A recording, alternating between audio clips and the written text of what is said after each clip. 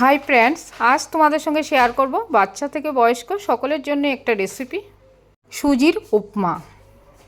তার জন্য নিয়ে নিলাম হাফ বাটি সুজি, পেঁয়াজ, গাজর, ফুলকপি, আলু, কড়াইশুঁটি। এই দিয়ে রেসিপিটা তৈরি করব। পাশে থেকো, সঙ্গে থেকো। তারপরেই গাছ থেকে কারি পাতা নিয়ে নিলাম।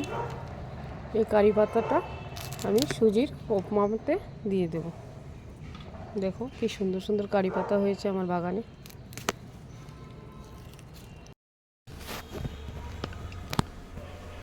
তেল গরম হলেই আমি দিয়ে দিলাম দুটো শুকনো লঙ্কা, তারপরেই কয়েকটা ড্রাই ফ্রুটস দিয়ে দিলাম। এর মধ্যে একটু লাল লাল করে ভেজে নেব। এর মধ্যে আমন্ড, খেজুর আর রয়েছে কিশমিশ।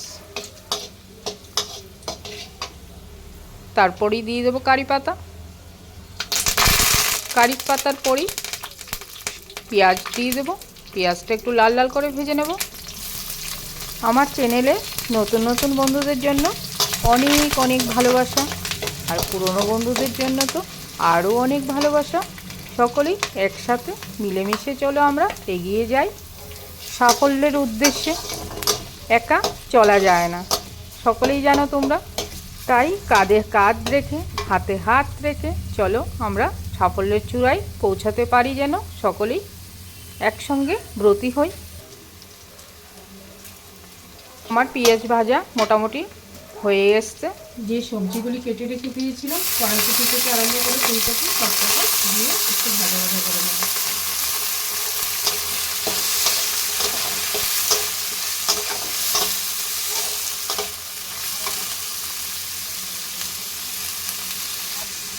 তার মধ্যে দিয়ে দেবো দুটো কাঁচা লঙ্কা ঝালের জন্য, দুটো শুকনো লঙ্কা আগে দিয়েছিলাম,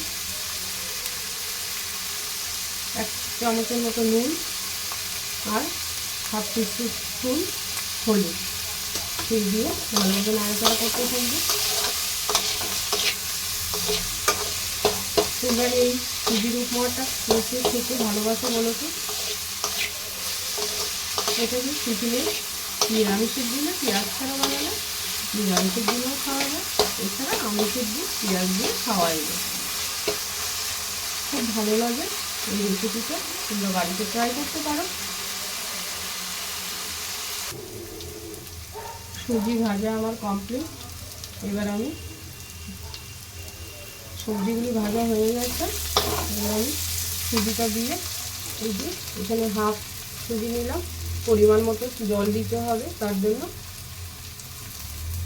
এই সুজিটা দিয়েও একটু একটু ভাজা ভাজা করে তারপর জলটা আমি দেব।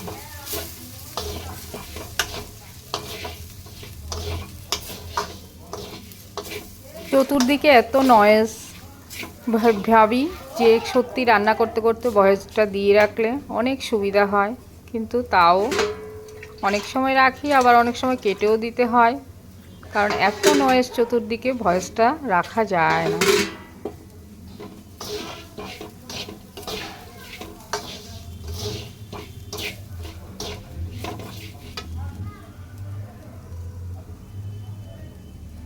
সুজি আমি যতটা দিয়েছিলাম ততটাই পরিমাণ আমি জল দিয়েছি।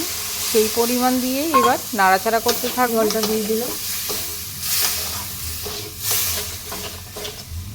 সিমটা কমিয়ে কমিয়ে করতে হবে, নাহলে হবে না। যদি জল লাগে আরেকটু দিয়ে দেবো, কারণ সবজি সিদ্ধ হয়ে গেছে, খুব একটা জল লাগবে না, কারণ এটা ড্রাই ড্রাই হবে।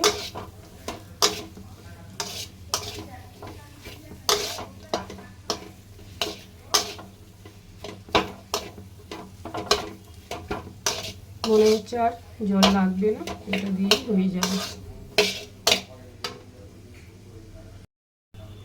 নামানোর আগে একটু চিনি দিয়ে দেবো, সেটা তো একটু টেস্ট বাড়াবে।